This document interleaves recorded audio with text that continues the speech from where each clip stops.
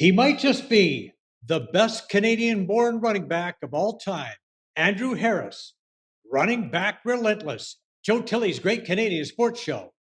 Coming up!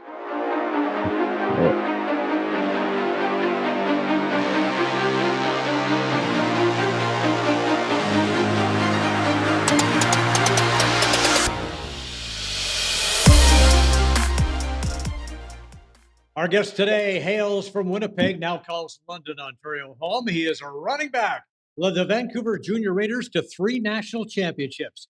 He won the Wally Bono Award as the top junior player in the country. He was a BC Lions territorial pick, played 14 years in the CFL for BC, Winnipeg, and Toronto, a 6-time CFL All-Star, 4-time Grey Cup winner, CFL's outstanding Canadian, 3-time CFL Russian champion, 2-time top Canadian in the Grey Cup game, the Grey Cup MVP in 2019, now featured in a great new documentary, Running Back Relentless. Welcome to the program, Andrew Harris. Thanks for having me. What an intro. Love it. Lots to work with here, my friend, no question. Now, we love the documentary, Running Back Relentless. I highly recommend it. Like you said when we saw you at the CFL luncheon a few weeks back, it's not really a football story, is it? It's more like a life story that includes a little bit of football. Was it hard to open up yourself to that kind of discretion? Yeah, I mean, initially when Taylor Prestige, Upper Canada Films, a CEO, he approached me with this, and we had done some projects before. He basically said, we did a small piece in 2018 on TSN called "I Shouldn't Be Here." A lot happened from 2018 until my last year in the CFL. So, giving him full access to my life, at home, my life, in the locker room, my life throughout the season, going through injury, and then platooning myself into ending my career. The direction that the film initially was going to take was more of just a legacy piece and talking about the great things that I accomplished, but and touching on some of the on the childhood trauma and the things that I had to kind of overcome throughout my career. And through the sit down interviews, I really got in depth with some of the struggles I faced throughout my career, throughout my childhood, and it really took a different turn in where in the narration of how we were all going to put it out there. So for me, I feel a moral responsibility to be upfront and honest, because I know there's a lot of athletes and leaders in the same situations that I was in. Everyone's got a different story. So I figured it'd be really relatable to a lot of different folks out there. So, bearing my soul and being brutally honest was super important to me, and coming across as raw as possible was definitely a key component to this. And when it was all said and done, there was a couple cuts that we did, and it changed the whole trajectory of the film, and really was talking about how it all started and why I'm the way I was. And throughout my career, not really knowing what you're dealing with and what you're bearing and how you're portraying yourself, and how your peers and how the media and the fans see you. They see you as the football player, the leader in the locker room, the guy who scores touchdowns and gets yards and does great things in the field. But every person has a life before they got there, a life they're living, and they need to focus on the life after, which is extremely important. I was very blessed to play 14 years, in a position that the lifespans 2 or 3 years at running back, and very thankful for that. But I mean, it could have ended earlier for me, and if I hadn't faced these fears, these demons, it could have been a little bit different end story for me, just based on where I was at and what I was going through. But thankfully, I had football. I had an outlet and a resource to let out my frustrations. I always was told that I played with a chip on my shoulder, and I was to prove myself. And a lot of people thought, it was just based off of my pedigree and where I came from a football background. But a lot of that was fueled from, things that had happened to me in my past that I was still really overcoming and trying to prove to myself that I was capable and I belonged. And the whole process was extremely therapeutic for me and very eye opening. And the whole goal with this film, it was to bear that and put it out there and hopefully impact some young athletes in the same situation or worse or better. Either way, just hopefully I can impact somebody to keep pushing, see the light at the end of the tunnel, and find the resources and help they need to get themselves out of a situation they might be in. And the ultimate goal is yeah, they want to I want to make sure that guys or girls are putting the best product out there. But at the end of the day, being an athlete's one part of your life. Being a human that can deal with these tough situations is a whole nother battle. You mentioned it's brutally honest for sure, the movie and the doc, and you talked about in the doc about growing up, with a alcoholic, abusive stepfather and a single mom, and you didn't seem like you were really a priority in that environment. But tell us about how you were able to channel that into sports and what drove you into football specifically. Yeah, I mean, I grew up playing hockey, and that was my number one sport. And where I thought, I'd be a professional at, but it just came to a point where it was just financially too tough for my mom, and for myself. I never really felt like I belonged in that locker room. Football was the one place where I felt, comfortable, felt safe, felt welcome. And but to me, sports in general was an outlet, for me to get out of the house, to get away from my environment at home. I tried to play as many sports as possible. Have sleepovers at friends' houses that just so I could be out of my home and away from that toxic environment. And I just channeled that energy into aggression on the field and a fire. I always talk about this fire in your belly. I was playing for something more than just for the fun of the game or the love of the game. And I was playing for, I had a different energy about the way I was doing it. And there's some power in that, but there's also, the human inside that's suffering and struggling still, that's not really dealing with these issues and talking about these issues. So, you go through your childhood, you go through, junior ranks, and then boom, I'm starting for the BC Lions. And, my professional career just, took a shot, through the roof, and just going through the motions really, but not actually really realizing, what I had to deal with to get there, and how I was handling it outside of just being successful.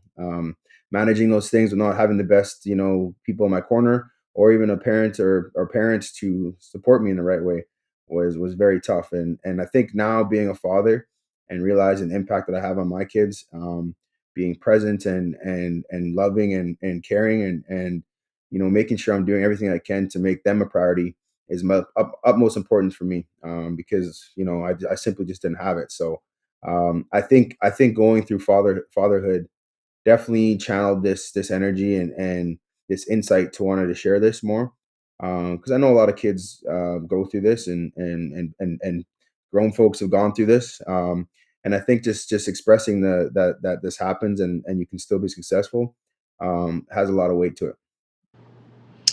You mentioned that in the doc, you talk about how things could have easily gone sideways for you a number of times. In high school, you were a tremendous athlete, had incredible success, but then things seemed to be going a little bit sideways, and you ended up with the Junior Raiders in Vancouver, and that was a turning point for you. How did that come about? Yeah, so I had a number of scholarship opportunities. I wrote my SATs in grade 11, just preparing to go down south, just with some interest down there. But honestly, didn't really have the right direction. And simply put, I wasn't really surrounding myself with the best people outside of school. And my environment was just a dangerous and toxic one. So, you are who you surround yourself with, right? They say, "Show me your five best Mhm. friends, and that'll tell me who you are." And at the time, my five best friends were simply put criminals and doing criminal things, and things that I was involved with heavily. And when I had the opportunity, and I didn't graduate high school just because I was being so foolish off the field, and lost that opportunity to go to school. But to me, it was almost a blessing in disguise because I don't think honestly I was mature enough out of high school and really ready to go and take on schoolwork and playing sports and being away from home. And junior football was a saving grace for me because the team in Nanaimo was a group of misfits from all over Canada. We had guys from all over the country, and our mantra back then was all different walks of life with the same goal, and that goal was to win a national championship. And finally, for the first time, I really felt like I had a family in my coaches, my teammates. And it's funny. I mean, I just became the president of that team this past year, and now for me, I'm just trying to push that narrative that school is not for everyone. Everyone has a different path, and just giving more athletes the same opportunity I had, going the route outside of football, and I mean, or outside of university. And I mean, it's you look at all the big four sports. Look at basketball, baseball, hockey, and football. Football is really the only one sport that you need to go to school to get drafted and get eyes on you. And I'm trying to push that narrative of the CJFL is a great league that can support athletes that aren't school driven, or if guys want to do trades while they want to be electrician or plumber or heavy machine or mechanic or whatever it is, they can still do that and play football as well too. So it's just another resource, another outlet for guys to continue their football careers, and if they have the ability to do it, get to the CFL as well. Yeah, let's talk about the success of this Raiders team, this group of misfits that you talk about. You were now president of uh, three national titles in 4 years. You set all kinds of records there. You touchdowns, scoring. You won the Wally Buono Award as top player in junior football. What do you think the key? You talked about the camaraderie, that having the mentor in terms of coaching and fellow players, but what was going through your mind personally that was driving you to be so successful? Yeah, I mean, I think more than ever. I mean, just seeing that last little shot there. That's Hadi Abassi. He was the owner of the team at the time, and I actually work for him now. He's a CEO of Atlas Engineer Products, publicly traded company, in the engineered wood manufacturing business. But yeah, it was the brotherhood for me. It was finally trusting a group of guys that were all on the same trajectory as you, and all had this a similar story, but it was more so just the fact that I finally felt um one of a group, and a leader of a group that was successful, and we had a strange way of doing things, but it was working. And we were a dangerous team for those 4 or 5 years. I think we broke a number of different records throughout those years.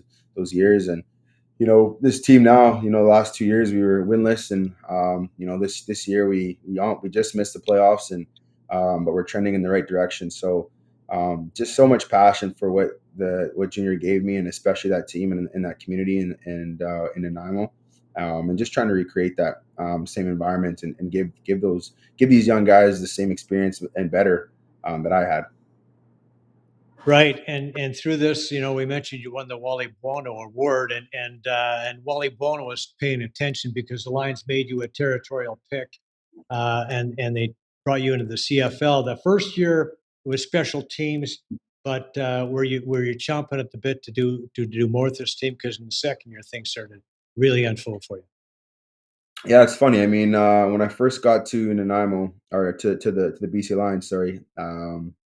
They put me at receiver, they put me at safety, and I kept coming back and saying, "No, I'm a running back. I'm a running back." Um, so I'd always I'd always do scout team. I was playing special teams as a returner, but I do scout team safety. I do scout team running back, receiver, and I was just a sponge. I was just trying to learn as much as possible, and learn the game. The junior playbook is not as extensive as the CFL playbook by any means, and it's that was the big thing for me, was just understanding a new language, in and out. But playing all the different positions that I did allowed me to understand the full concept of what we're trying to achieve on each and individual play, and understanding where every skill player was going to be, what their responsibilities were, and it really made me a student of the game.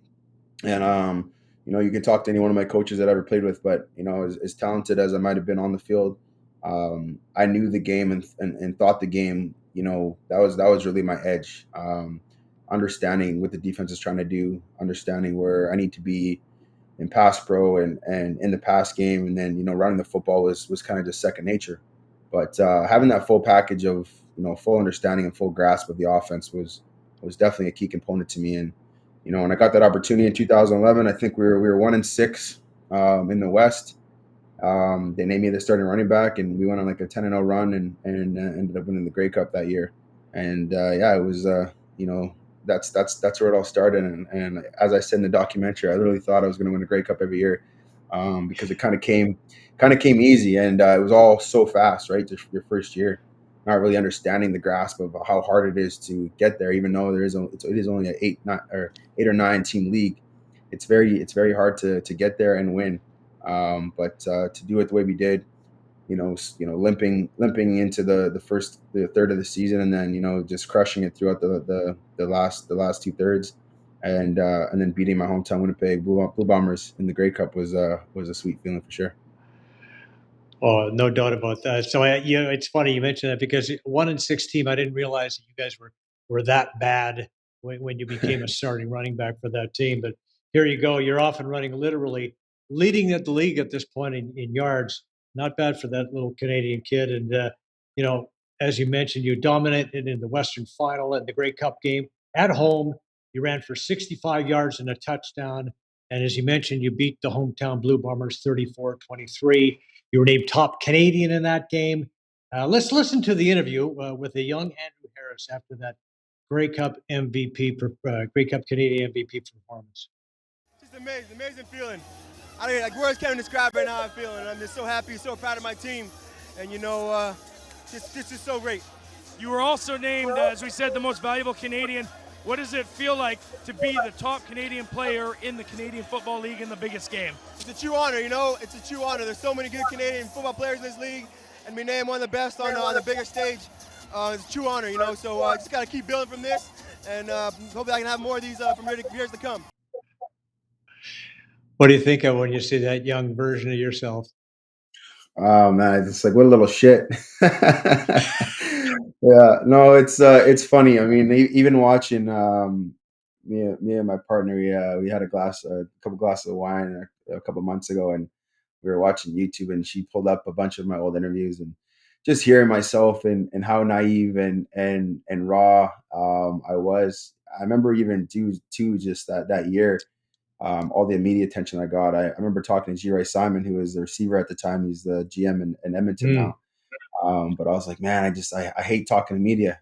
I don't know what to say, and I was just like, I kept saying, I had all these little filler words like right, right, right, right, right. I was just like, just no clue what I was doing. So it's just funny to look back at that, and see where I was and what I became, and where I'm at now. Honestly, and it still is a true honor to be completely honest with you. This league's got so much history. So many great players have come and gone, and even just watching this year, I mean, as a Canadian, there's so much pride in it, and seeing Brady Oliveira, who led the league in rushing for the second or third time in a row now, and he was Mm. a protege of mine, in my end of my career in Winnipeg, and a guy I trained when he was 14 years old, and I was 24, just starting off my career, and to see him, and then McInnes, a Canadian receiver out of BC, lead the league in receiving. So, there's been lots of rumbles about the ratio and lessening the Canadian guys, the Canadian content. But there's lots of great Canadians that are really pushing the needle now, and really, the superstars of this league. And before, majority of the Canadian starters were, O line. You'd have four O linemen. You'd have a strong side corner, maybe a defensive tackle. There wasn't too many Mhm. skill guys that were dominating the league. So the narratives kind of changed now, and seeing the best players in the league. Guys going out for MOPs, like Brady was this year. Guys like John Cornish. That were outstanding. So it's just great for young Canadians to see that it's capable. not just making the team and being, getting on the field on special teams, but you can lead the league in rushing. You can lead the league in receiving. You could be the, leading tackler on defense. Alex Singleton, another Canadian, did that a few years ago as well. So, yeah, it's just great to see the game growing, and Canadians thriving in it. Yeah, it's funny when you remind me how you're able to see the game, you study the game. It's like the great players like yourself, like Brady Oliveira, like G. Roy, like some of the other guys you mentioned. They have this ability to see the game develop before it even develops, sort of like a Wayne Gretzky style of play, and that's how much of that is instinctive, and how much of that is just hard work and study. Yeah, I mean, lots of film study. I think this year, being retired, my first year retired, is probably the most football I've ever watched, on TV, whether that's CFL or NFL. I've never really been an NFL fan, but I've watched more NFL this year than I ever have in my life. But to a point where I couldn't even really enjoy watching it. I'd be watching a football game on TV and almost studying it, and I couldn't watch it as a fan. I couldn't enjoy it as a fan. So I mean, you watch so much and you look at tendencies. And I worked with a sports psychologist that, there was like a visualization coach, as well. So he would write, I'd write like a 10, 15 play script. He'd almost get me into this like meditated zone where, he'd get me down to my heart rate would be, just real relaxed, real chill, eyes closed in a dark room. And, he'd go through this process of getting me to this meditative state. And, he would read out these plays and give me about 30 seconds to kind of process. And it was crazy how many times, before a game, I'd go through this process and read these plays off. And on a set play, I'd go through this play in my mind, and then this play would get called in the game. And how crazy it was, how exactly how I envisioned it before the game is how it would play out on the field, to a point where it was like slow motion, and I could see exactly where the linebackers or my O line was going, how they were playing, how they were coming down on me, and how I was going to break this tackle. And, it was a beautiful process to kind of go through that, see it work, and then have success on the field. And, you come back, it's like, oh wow, like I'd already seen that play before. It was actually ran, and it happened exactly the way I envisioned it before the game. Yeah, it's like you manifested that. Hey, it's pretty cool. Yeah, Yeah, that's it's awesome. powerful. Powerful. You had another experience about that time when you were, winning the top Canadian the Grey Cup game for the first time. You actually met your biological father. What was that like for you, and how did that come about, and how did that affect you, and what was it like to meet him?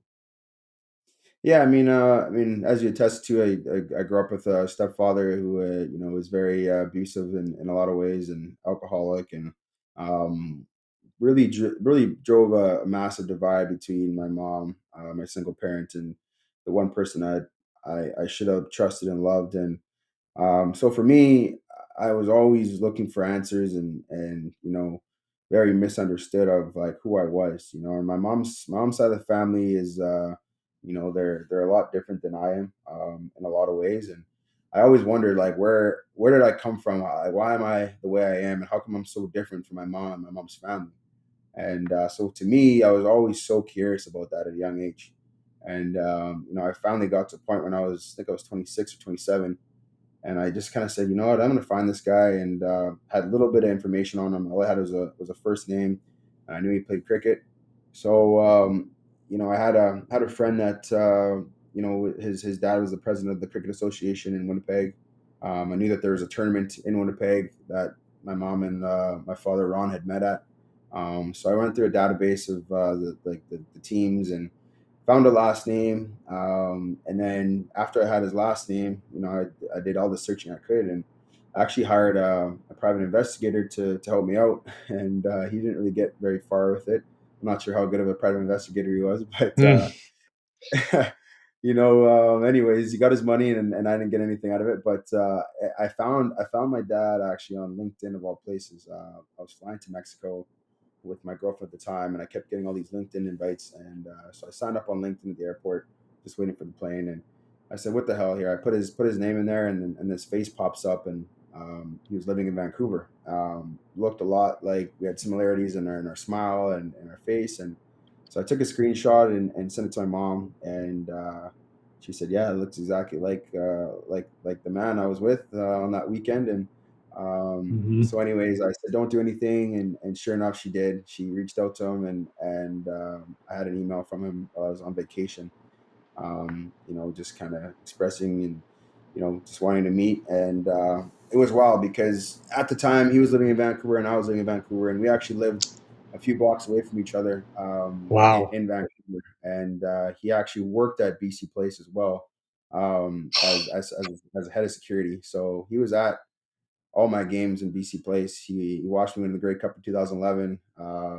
He was around me, really an Wow. arm's length away for a good chunk of years there before I met him. And then, yeah, so I finally we went through emails and got each other's numbers. We were texting, and I really got nervous about wanting to actually meet him because, I was a young father at the time, and I didn't want to have any regrets from doing this and have a situation where it was like, okay, maybe if I wasn't Andrew Harris, the football player, would he be so eager to want to meet me? And Hmm. sure enough, I mean, I met him, and we kicked it off pretty good for the first year, and then I kind of saw the tendencies that of what kind of man he was, and it really steered me away from spending more and more time with them.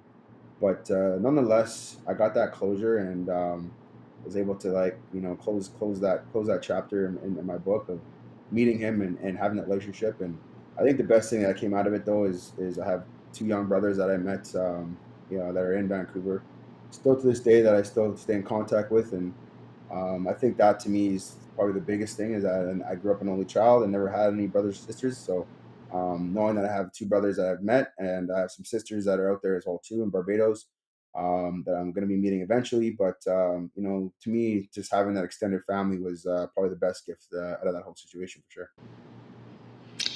Wow, it's crazy. I mean, you could have been walking by each other numerous times during that. Well, he was at BC Absolutely. Place working, and you were there, Yeah. and that's wow. It's yeah, crazy. Blows the mind a little bit there. Yeah. Yeah. So you ended up going to the hometown Blue Bombers, and in 2017, you were named the CFL's top Canadian. And here's some of that acceptance speech. I think my daughter, she's been the biggest inspiration, for me throughout this journey and to get here. And, obviously the Winnipeg as a city, Winnipeg as an organization, from Kyle Walters to Wade to Michael Shea, and then most importantly, my teammates as well. They're my brothers. This represents all these guys, and the hard work you put in together. And then lastly, I thank my girlfriend for just holding it down. Ebbs and flows of the season, the ups and downs, the roller coaster that professional football puts you through. I mean, she kept me in check when things were going great and things were going bad. I've always been told I was too slow, too Canadian.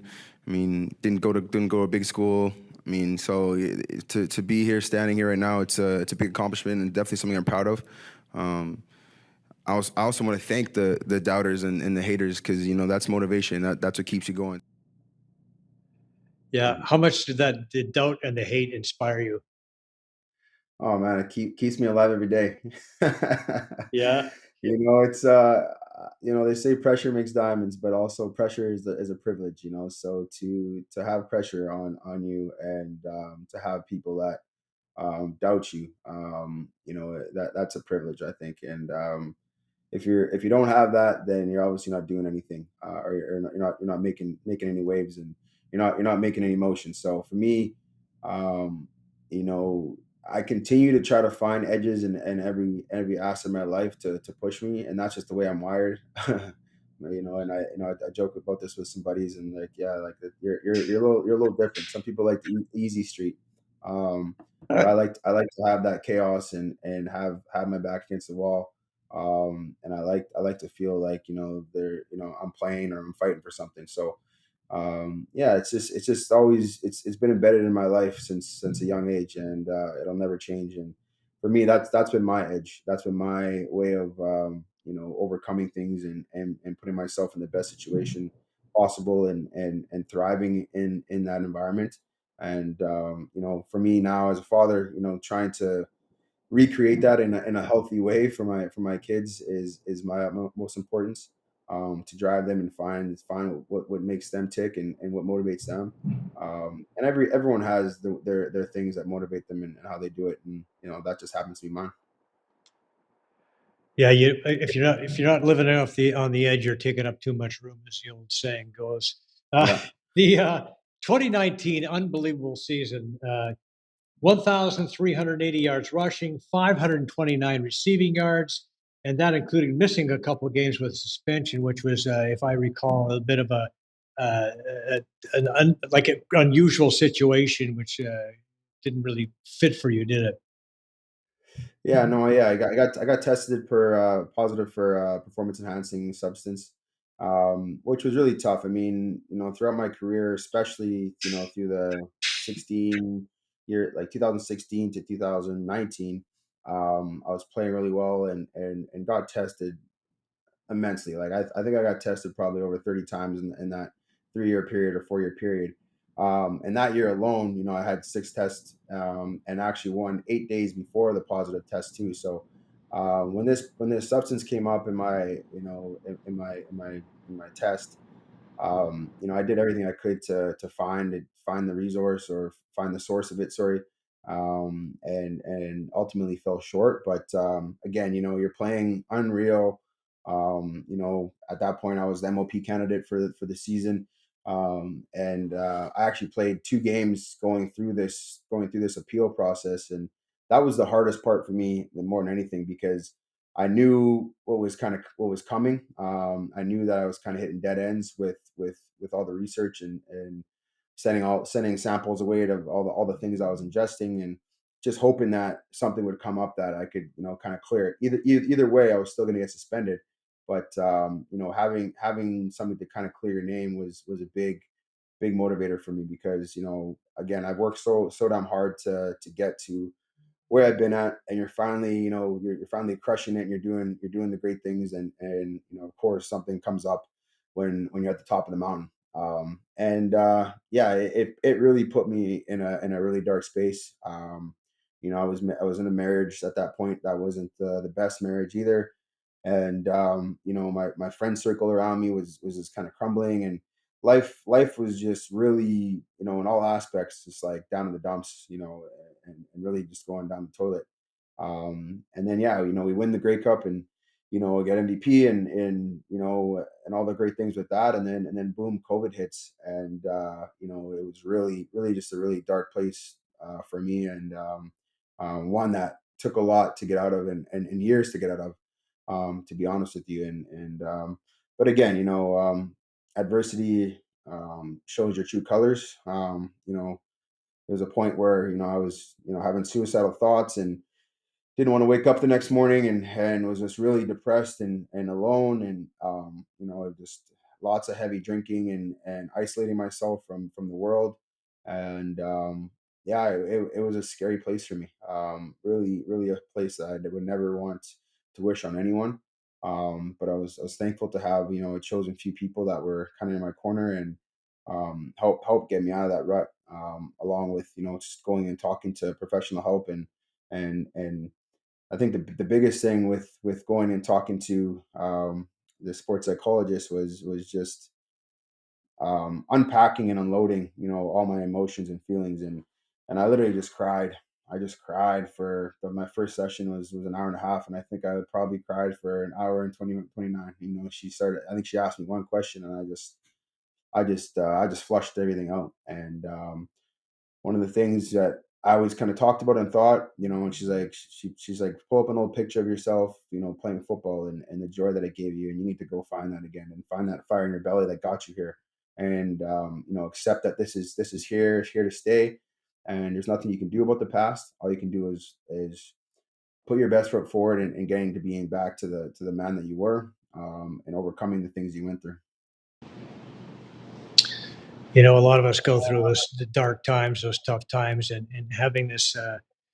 It's just having that ability, trusting and reaching out, and it can make such a difference. Just speaking up, let people know where you're at, and then you realize that there's a lot more help than you. I remember being in a dark place, and not believing that there's any way out. But you reach out, you talk to some people, and you find that there is a way out. There is a light at Yeah. the end of that tunnel. And I think too, as athletes, and especially in the football world, it's such a this mantra. You need to be tough. You have to wear this mask and have this facade, and it's really tough for men, I think in particular, but male athletes to let that guard down and be vulnerable. And it is scary, because if you show that you're mentally unstable or you're mentally weak at a moment in time, then they might not have that trust in you that you can go and perform.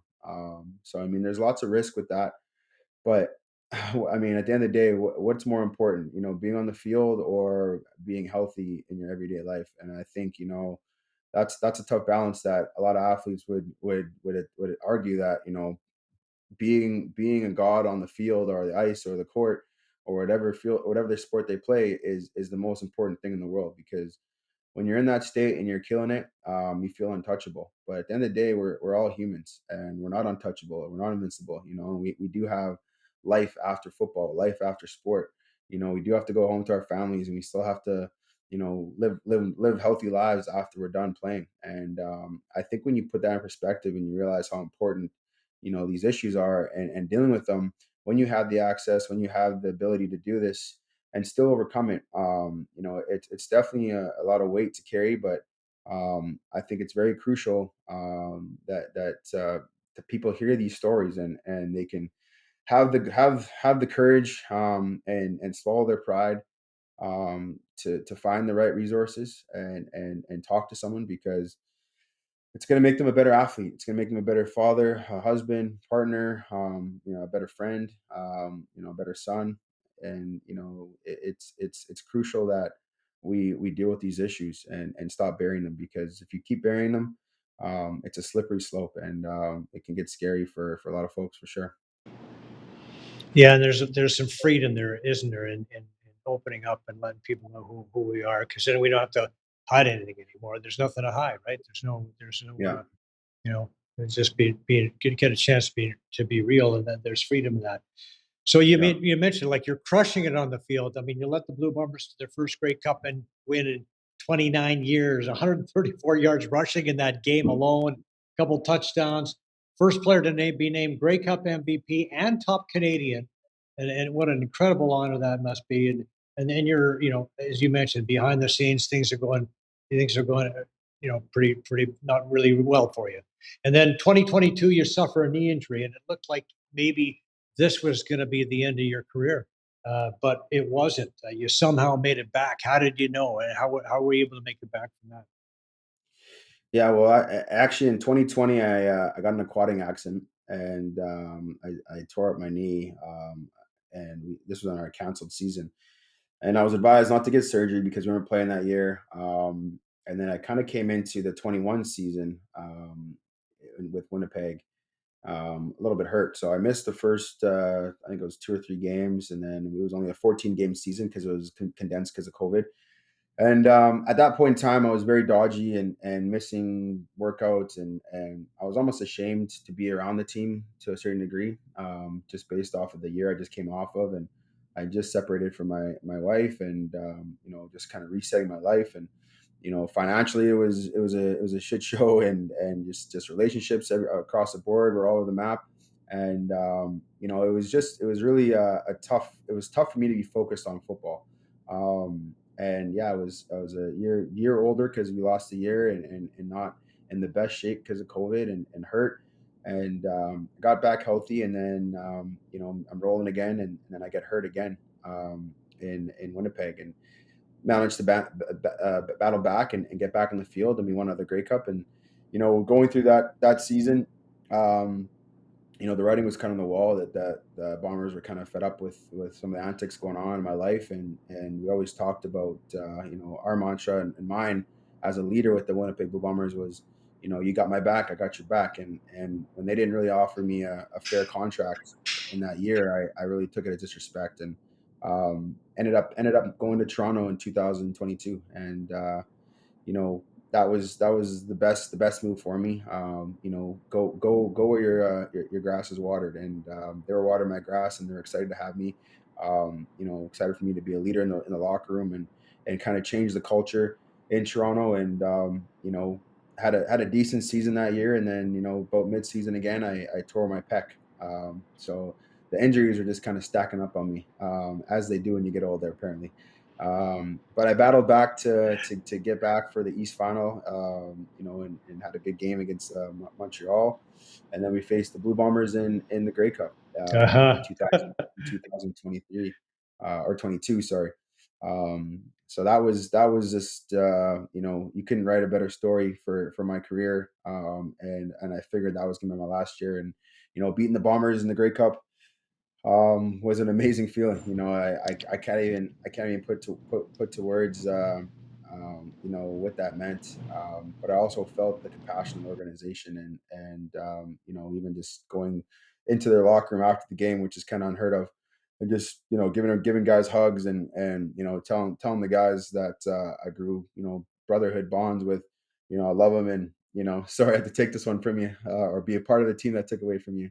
Um, but yeah, and then the following year, my last year, I really was thinking it was done for me. I'd accomplished all I needed to do, and the Argos are really blowing my phone up and saying, "Yeah, we want you back.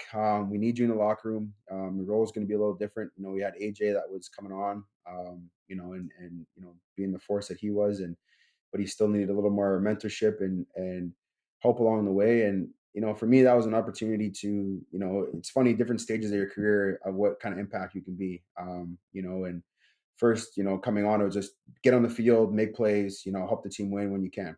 Then it was like I'm the horse that's gonna carry the team through, the fourth quarter when we're up or we're down and we need to chew the clock out, we need a big play, and I was the cowbell, that was gonna bring home the milk, So it's for me, and now going to Toronto, it was like, okay, I'm not that force on the field anymore. So how can I be impactful to this team and this organization? And it's going to be through leadership and mentorship and almost like a player coach, and going through these emotions with these guys. And got hurt again my last year, and I was like, what am I doing here? It was almost just like it was a ticking bomb of when one hit where I would just hit and in the wrong way. And I again thinking that you're invincible, and going through my career with really little to no injuries. And then my last 4 years was like boom, boom, boom, boom, boom, and battling back to get back to the playoffs every year. um, and yeah, we got back to the playoffs, and we just fell short against Montreal, and that's all she wrote. And it was one of those things where I was on the sideline and I can see the clock kicking down or ticking down, and I just had this tunnel vision of like my journey of high school, junior, BC, Winnipeg, Toronto, and all these plays and these emotions and these moments and the people that were along those journeys with me. And it all kind of just went through this tunnel of just like, wow, just a surreal feeling. And walking off the field, I was almost happy, it was over. And then you get in the locker room with the team that we just, you just lost with. And then I was just crushed, and it just hit me. It's like, man, this is over. This is the last time I'm gonna feel this feeling. This is the last time I'm gonna I'm gonna feel like I let these guys down. If I could have done more, from a leadership standpoint, could have done more on the field when I did get my limited touches in that game. And you just go through all the regret of what you could have, should have, could have, would have done.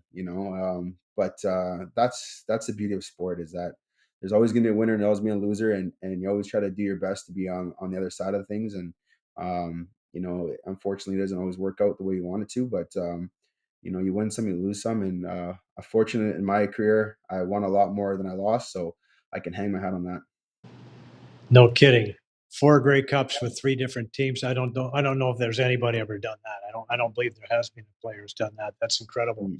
And, Andrew Harris, "The heart of a champion," that was, Pinball's quote when asked about Andrew Harris, "The heart of a champion." So you packed it in, but your sporting career is not over, because tell us about your career now with the Tilsonburg Thunder. Yeah, so as I said, I always played hockey, and hockey was my number one sport. And don't tell anyone, it is my favorite sport.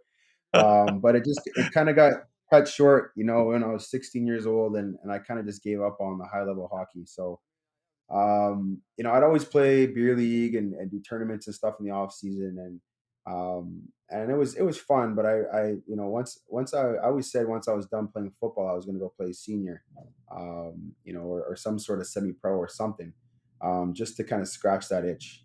So this opportunity came up to play for Tilsonburg, and I went out to a couple games when I moved out here to London while they're in the playoffs last year, and I was like, oh, okay, I can skate with these guys, and looked up some of their better players, and a lot of these guys that play pro in Europe and AHL, and some guys that some sniffs in the NHL and stuff. So I'm like, this is gonna be pretty good hockey, and honestly, got on the ice with these guys finally, and this summer here, and was blown away on the talent that's out there, and yeah, we're 8 games in right now, or 9 games in, and I had a good 6 game point streak going, and but yeah, it's been fun. My first couple games, I was just running around, with my head cut off, just trying to hit everyone that was moving. Being the ex football player in me, just a China shop. But I've settled in now, and I'm kind of bouncing between the first, second, and third line, and yeah, it's been a lot of fun, scoring some points and laying some guys out, and yeah, it's been a lot of fun. I don't golf, and I don't really do anything else. So I like to ride quads and snowmobile and play hockey. So for me, this is just a way to kind of compete still, and my body is not the same it was even 5 years ago, but I can still hang on the ice in the semi-pro, senior, double A league, whatever you want to call it, whatever it is. But yeah, I'm enjoying it. It's great to be in the locker room with a group of guys again, and a complete different demographic of guys than it is in the football locker room. So it's just fun to kind of see that dynamic, and but yeah, the big thing for me is just competing, and just getting a sweat on, and working and grinding, and going in those ugly places in the corners, and they got me in the power play in front of the net. I guess they think I'm a big body compared to the hockey guys, so I'm like a Lucic out there. I guess that'd be my role for the Thunder right now. So yeah, it's been a lot of fun. I'm enjoying it, and yeah, we got a really good team, so I'm excited to see how the rest of the season goes. Yeah, that's awesome. I noticed my son-in-law's from Tilsonburg, so I picked up on that right away. And I noticed too. I looked at the stats, and you're well over a point a game, so you're doing okay on point wise. You're doing There you great. go. So Right on. Awesome. yeah. There you go. So now, just going back to football for a second, a couple of your former teams still alive. The Argos are still alive, and of course Winnipeg. After clinching the West Division. What do you think happens from here on in? How do you like the chances? And is there one team that you're rooting for more than the other? I know Winnipeg's your hometown, but Toronto played there too. So Yeah, it's kind of tough. I mean, I got a lot of good friends in Saskatchewan now. I mean, Corey Mace, AJ Ouellette, um, Ed Harrison, Yoshi Hardrick.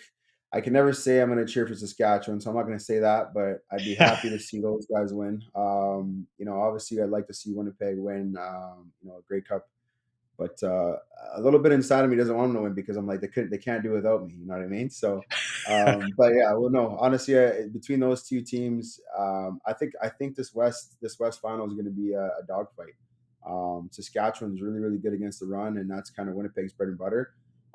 So I think depending on the weather and how that goes, it might be. I think Winnipeg might be in a little bit tougher than everyone's anticipating.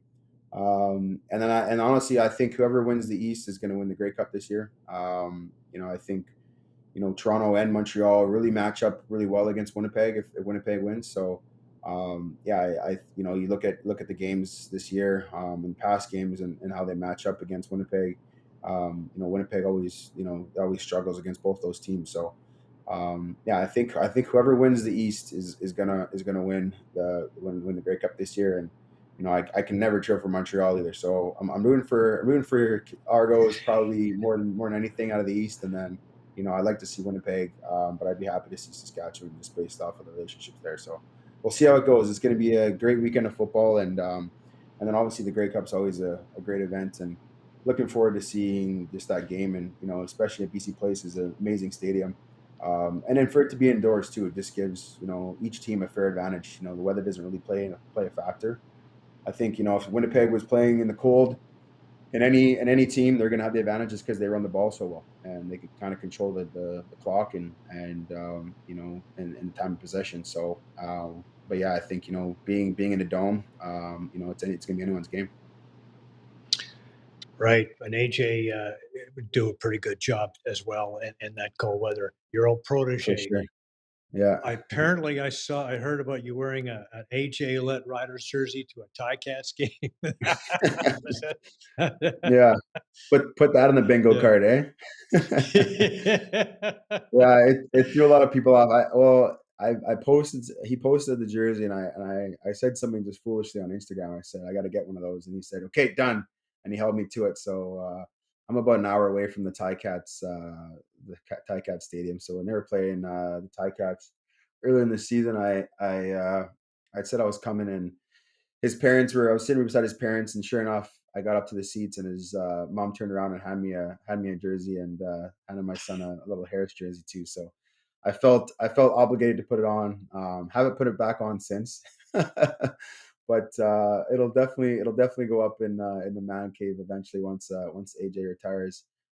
It's just funny too, like you you come into a team. When I came to Toronto, and he was kind of slated as the next guy to take over, Mhm. and you think, in a positional group meeting, you're competing against all the guys in that room, and there could be anywhere from 6 to 8 running backs that are all competing for one job, right? And a lot of times there's not the best relationships that kind of go on in those Mhm. situations. Receiver, O line, D line, DBs.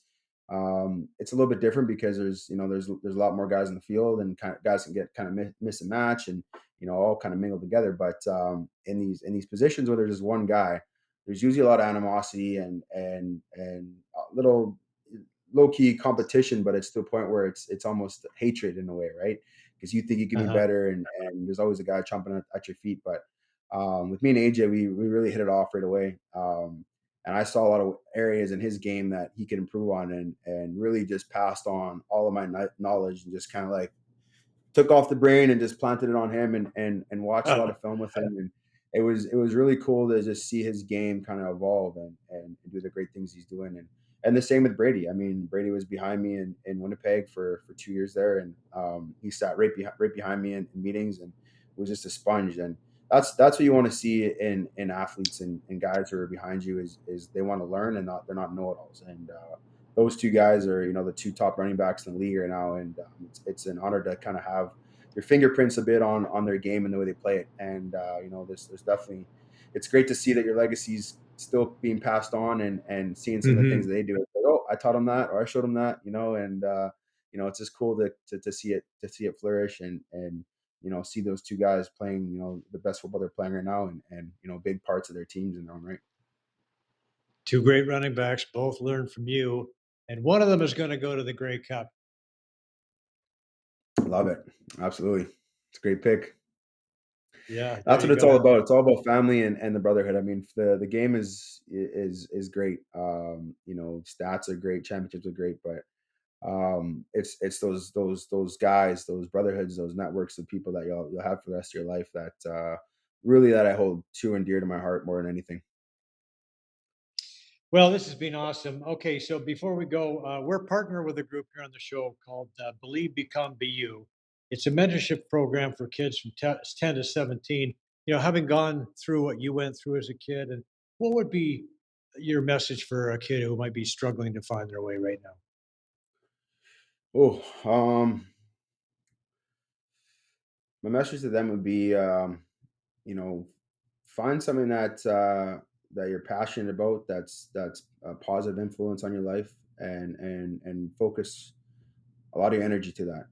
Put yourself in the most positive environment that you can, and that's easier said than done for in a lot of cases. And if you can't find an environment, find a person that's a positive influence, whether that's a teacher, a coach, and lean on them, and just pour your energy and your negativity into them, and whatever you're passionate about, let that fuel the fire. Whatever negativity you got going on, use that negativity to a positive. unleash what you're going through into a positive outlet. I think that's the biggest thing that I could say to anyone struggling with things. And that's another side of it too. A lot of people don't have that or have a thing. But I implore them to just try to focus on finding that thing. And it could be simple as, something small. Start there and just really pour that energy into that. And you'll be amazed how you can be great and amazing at something when you're channeled with a negative energy. You can channel that negativity into a positive. So that'd be my biggest advice to anyone that's kind of struggling with anything. Beautiful. All right. The documentary is called Running Back Relentless. I highly recommend it. Beautiful story. More than a football story, no doubt about that. You can find it on Prime and other sources. That's where I purchased it, on Prime, and it was well worth the money spent. Thanks for taking the time to join us, Andrew. This has been awesome. Yeah, thanks for having me on and giving me the outlet to speak to your folks. And yeah, you got a great show going here. So kudos to you, and I wish you all the success in the future. Thanks, buddy. Appreciate it. All right. When we come back, Raging Bull versus Cinderella Man. Which is a better movie? Addiction Rehab Toronto, Toronto's #1 alcohol and drug treatment center, saving lives, reuniting families. The only treatment center in the province to offer medical detox, treatment, sober living, and lifetime aftercare all in one place. Our unique and specialized programs are designed to equip our clients with the tools to successfully lead a life of dignity, respect, and purpose. Let us help save your life or your loved one's life. Call today for more information or to facilitate an intervention. 1-855-787-2424 or visit addictionrehabtoronto.ca. Which is a better fight film, Cinderella Man or Raging Bull? On one hand, Cinderella Man brings heart and grit. Russell Crowe's portrayal of real-life boxer James J. Braddock, a Depression-era underdog fighting for his family's survival. It's inspirational, emotional, packed with thrilling in-ring action, and we know many of the guys who did those fantastic boxing scenes in the film. Well done, guys. Versus Raging Bull, where Robert De Niro delivers a brutal and raw performance as Jake LaMotta, directed by Martin Scorsese. It's an intense character study showing the dark side of a boxing legend's rise and fall. Both are knockout films, but Raging Bull lands the final punch with its unflinching, iconic storytelling. I'm giving the Bull a split decision. What's your pick? Parents, what's the biggest fear for kids 10 to 14? A future they think they can't handle. At Believe, Become, Be You, we know confidence in the future is a habit we can build. Our course doesn't just prepare kids for the future, it seeds them with skills they will use now. For a limited time, the I Believe in Me Foundation is offering the first 1,000 kids and their parents 1 year free access. This priceless opportunity will save you over $2,000. This isn't just a course. It's a journey in developing life-enhancing skills that will grow with your child, fostering gritty minds, creative futures, and better bonds. Get signed up now at BelieveBecomeBeYou.com. That's BelieveBecomeBeYou.com.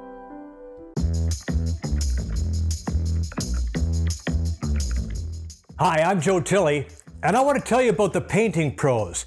Patrick and his crew recently came into my home and they painted the walls, they added some color. It's fantastic, and I can't be more satisfied with the work they did. That crew is tremendous. They were professional, they were courteous, they were respectful, and they did a fantastic job. Look at that. Look at that color. I just can't stress enough how satisfied we truly are with Patrick and his crew. For all your painting needs, go with the pros.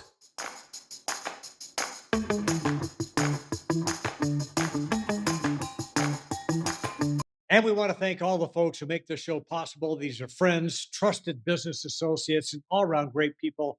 We highly recommend them all. Thank you for your support of Canadian sports. A reminder that the show is available on iTunes, Spotify, Breaker, and wherever you get your podcast from. Also, Check out all the latest shows on YouTube.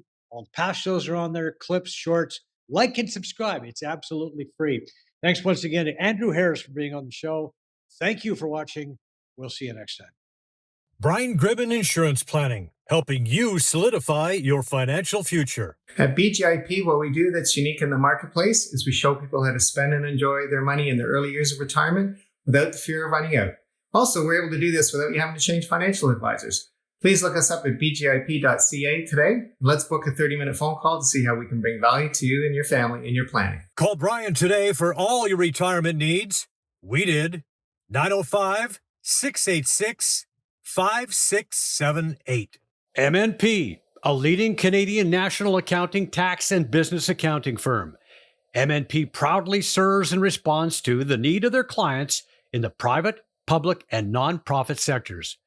Through partner-led engagements, MNP provides a collaborative, cost-effective approach to do business and personal strategies to help people and organizations to succeed across the country and around the world. With local offices in Oshawa, Mississauga, Burlington, and more, their team is here to support you. Visit mnp.ca today to learn more.